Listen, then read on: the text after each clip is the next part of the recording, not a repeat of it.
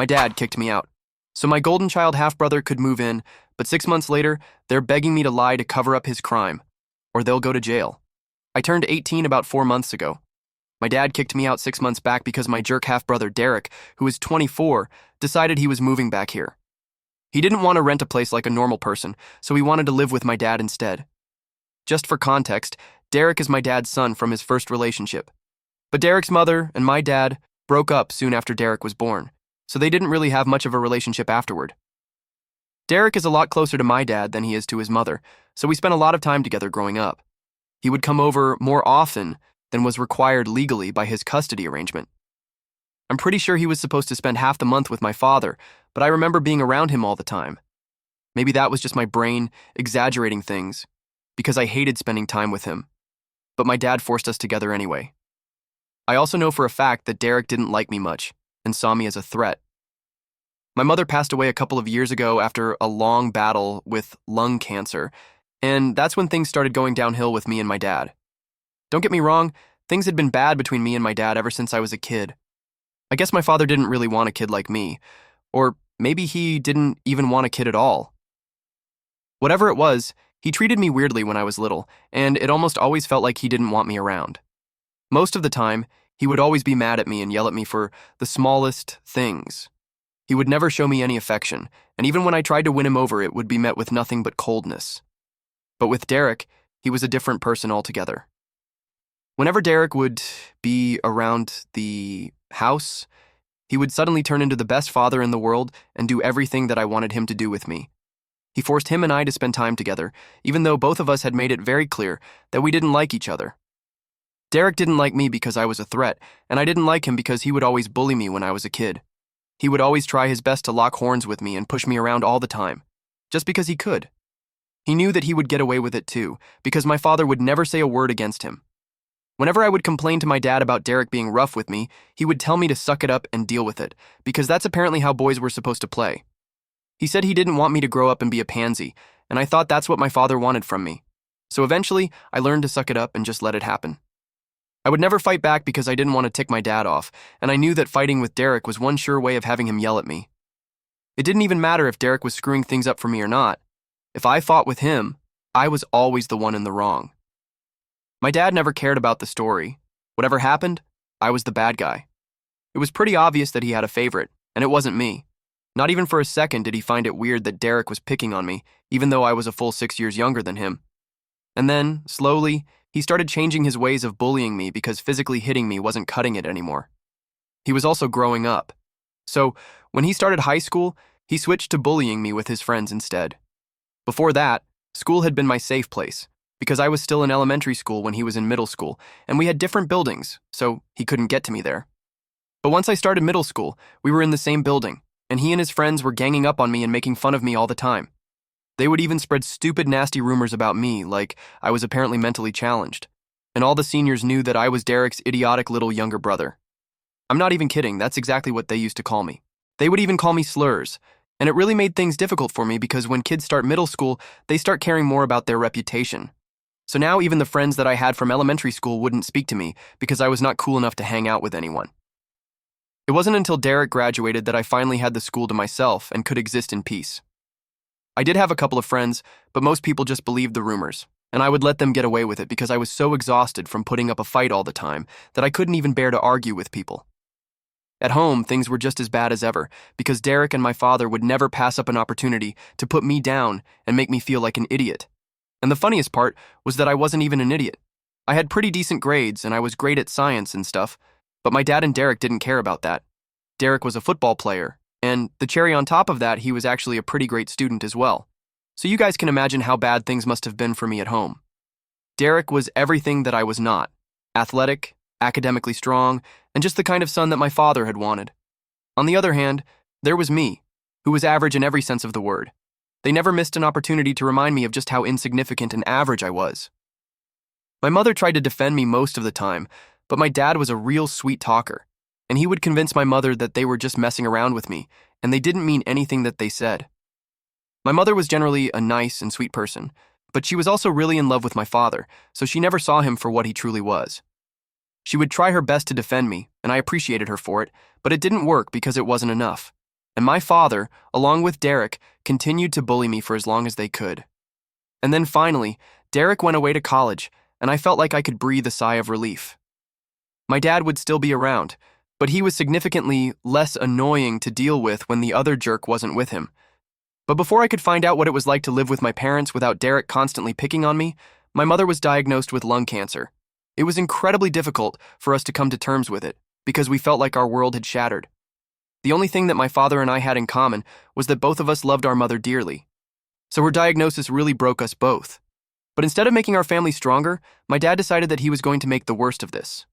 My mother was already suffering, but now instead of my father and I putting up a brave front for her, he started distancing himself from her even more. Earlier, he would at least speak to me, even if it was just to take digs at me. But after my mom's diagnosis, he stopped doing even that and started pretending like I didn't exist at all. I can cut him some slack for that, because both of us were suffering and he just chose to deal with the suffering in a different way. I would have preferred if my mom's predicament brought us closer together somehow, but clearly that was not meant to be. And even if it was meant to be, my dad was the kind of person who would make sure that it didn't happen, because for some reason, he just hated me and couldn't bear the thought of me being happy. With time, my mom's condition only got worse, and my dad's temper also started taking a toll on me. He would either not speak to me at all and ignore me completely, or he would be absolutely nasty to me. There were several occasions where he almost made me cry because of how rude he was being. I tried my best to keep the peace of the family by not responding to my father, because I knew that it would just give him more of a reason to yell at me and pick on me. For the years that my mother was sick, whenever Derek would come back home from college, he would lay off of me, and I appreciated that. He would not be nice to me, but he would at least be human, and that's more than what I could ask for. Things were bad when my mother was still around, but after she passed away, I went from the frying pan into the fire. For the first couple of months after my mother's passing, things were really quiet around the house.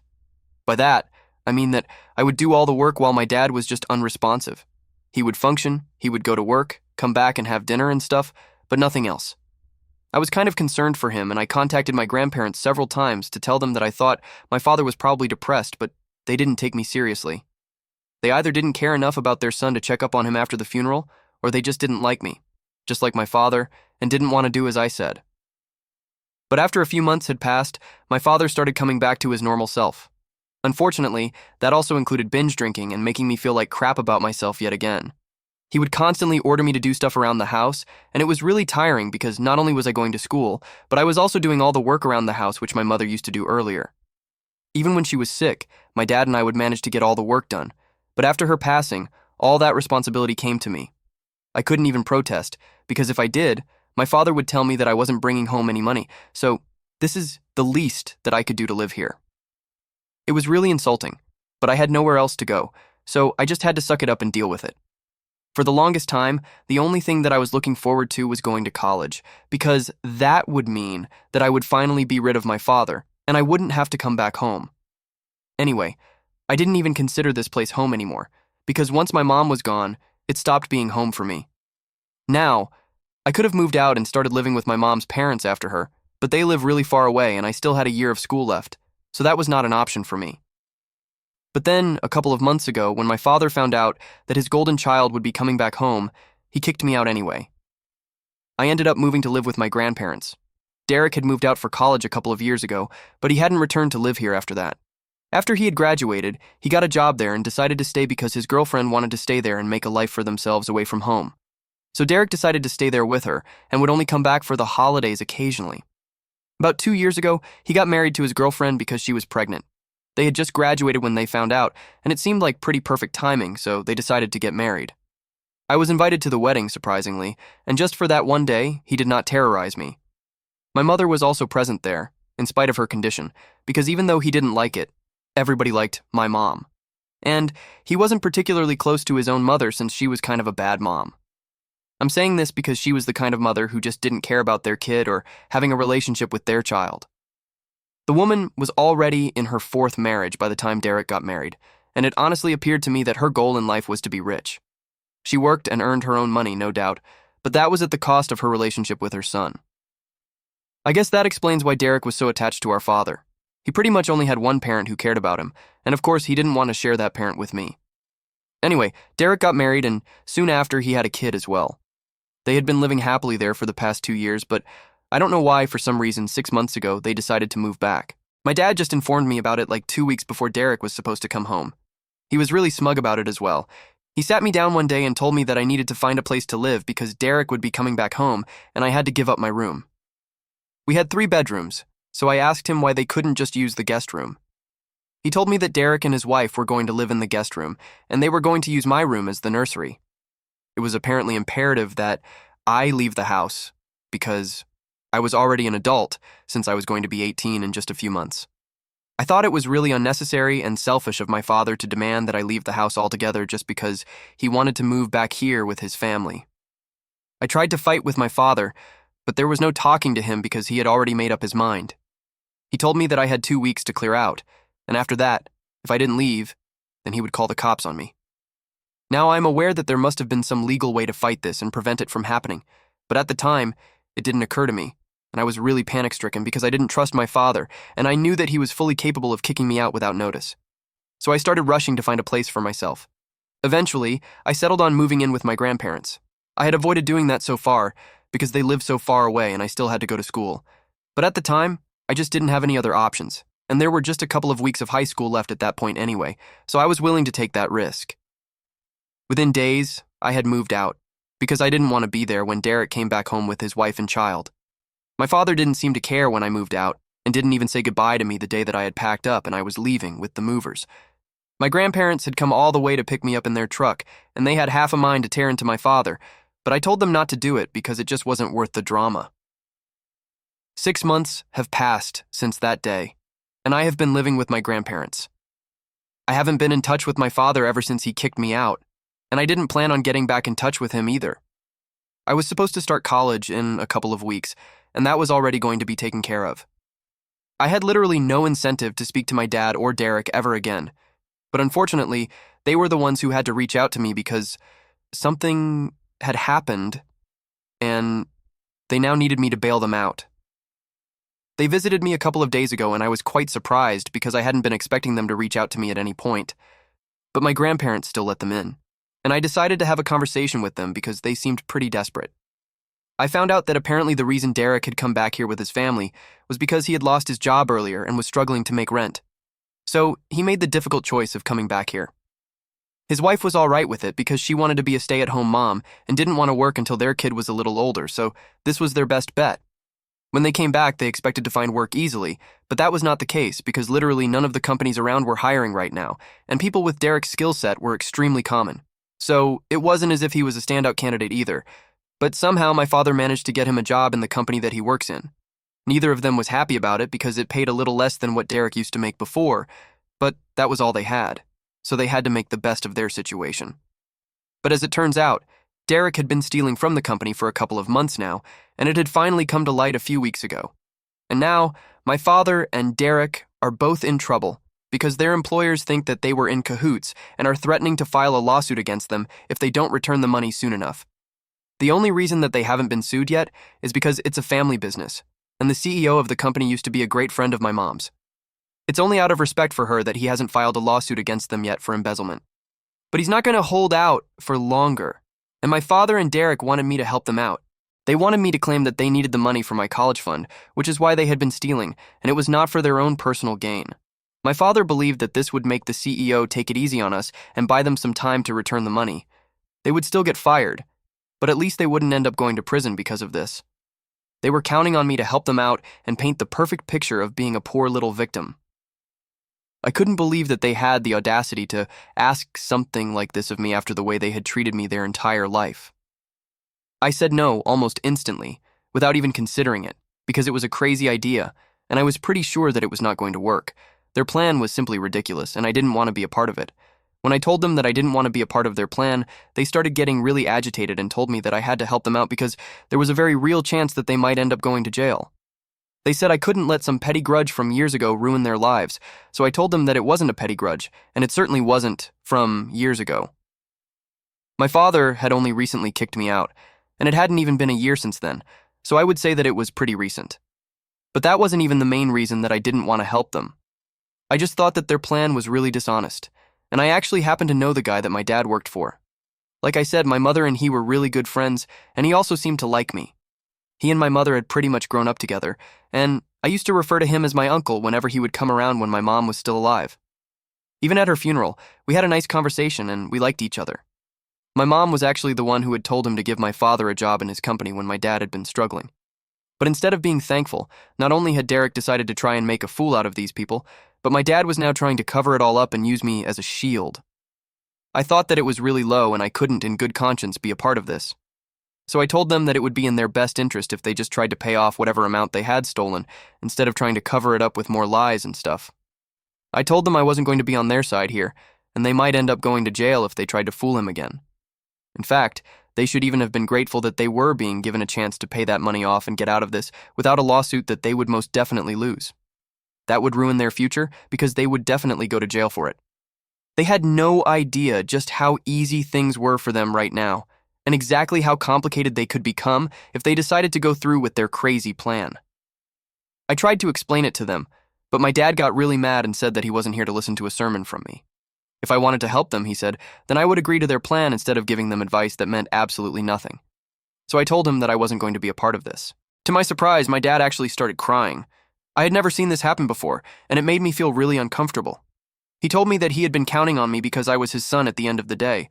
No matter what had happened in the past, he said, he knew that he would have helped me out if I was in a situation like this. He said that he expected the same of me because this was a huge deal, and he really didn't want to go to prison. Derek also had the same sentiment, and he was begging me to help them out. He knew that I was well-liked among my mom's friends, and I was the only one who could bail them out. My mom would have made this much easier, he said, but since she was gone, I was the next best person to deal with it, and they were banking on me. It was difficult, but I still had to turn them down. I tried to encourage them to just come clean and repay the money that they owed. They got really upset and said that the only reason I was screwing them over was because they used to mess with me when I was little. They said they were really disappointed with how I was dealing with things now. They left after that, but I keep thinking about it, and the guilt is eating away at me because I keep imagining them in jail. I don't know. It just doesn't feel right. But at the same time, I don't want to be a part of something illegal and so immoral. It would be an insult to my mother as well, because I would technically be using her friendship and manipulating a really good friend of hers. I'm really conflicted right now about what I should do, and time is of the essence at the moment because it's not like my dad and Derek have forever to pay off their debts. So, am I wrong for not wanting to lie and cover up for my dad and my half-brother who bullied me my entire life? Update 1, I've made a decision, and I think I'm going to stick to not helping them out. Not only is it immoral and unethical, it's just straight up illegal, and I don't want to be a part of something like this. So, if my dad and Derek want to stay out of jail, then they will just have to sort this one out for themselves. It's not even like they are in some grave danger. They have been given the opportunity to set things straight, repay all the money that Derek stole, and get out of this without tarnishing their reputation. They can choose to return all the money and fix this for themselves, so I have no reason to feel guilty. Most of the comments here suggested that I stay out of this, not just because my father and Derek were terrible people, but also because what they were doing was really horrible. I wouldn't be able to have this on my conscience and move on with it like they would be able to. It's clear that we are not made of the same stuff, and I would not want to do something like this. So that's why I have chosen to stay out of it. If they contact me after this, I will block them. For the record, they are already blocked everywhere, but I'm sure that they might use some different numbers or social media accounts to get to me. My grandparents also think that I'm doing the right thing by staying out of this, because this is a mess that they made, so now they have to clean it up. It doesn't make sense to expect anything of me after the way they treated me for so long. Update 2. Hi. So my father reached out to me today through text, just like I had expected. It's been 8 days since he visited me last, and we haven't spoken since then. As I had said, he used a different number that I wouldn't recognize to call me, and I absent-mindedly answered the call as well. The second that I picked up the call, I hung up when I heard my father's voice on the other end, but I was a little too slow in blocking him, so he was able to text me, and I received the text as well. He messaged me saying that he knew that I didn't want to discuss this any further, but he and Derek were in huge trouble and really needed me to help him out. He said their employer was breathing down their neck and threatening them every single day to return the money, or else he would file a lawsuit against them. It made me feel very guilty, but I texted him back and told him that I wouldn't be helping him, and he really should start looking for other ways to return the money instead of running away from the problem. Then I blocked him, and I hoped that he understands where I'm coming from. Even if he doesn't understand it, I just hope that he does the right thing. I would hate to have a father in prison. Update 3. Hey, so I haven't heard back from my father yet, but my grandparents told me that they had got in touch with my mom's friend, the CEO, to ask him what he was planning to do. We haven't contacted him before because he's a busy man, and we didn't want to try too hard, but we needed to know what was going on, and speaking to my father or Derek was not an option anymore. So my grandpa spoke to him, and he told us that he was still planning on filing a lawsuit if he didn't receive the money back in a couple of months. He told us that he was willing to let it all pass because of his friendship with my mother, but he couldn't forgive the debt, and honestly, I respected that. He was being way more lenient than most people would have been in a situation like this. He even apologized to me and told me that he was sorry that this was happening to me, but I told him that it was no big deal since I don't even live with my father anymore, and he kind of deserves this. So we don't know what is going to happen. But I think my dad is clever enough to know that he should really pay the amount back somehow, so he doesn't end up in jail. It's going to take a while, but I'm sure that they'll do it, and I have nothing to worry about. I also had a long chat with my mom's friend, and he told me that my mother had spoken to him before she passed away and said that if I ever wanted to intern somewhere for some quick cash, or maybe if I just wanted a job in general, his door would always be open. So that's nice to know, and I'll keep that in mind going forward. Even after she's gone, my mom is still looking out for me, and it really makes me happy.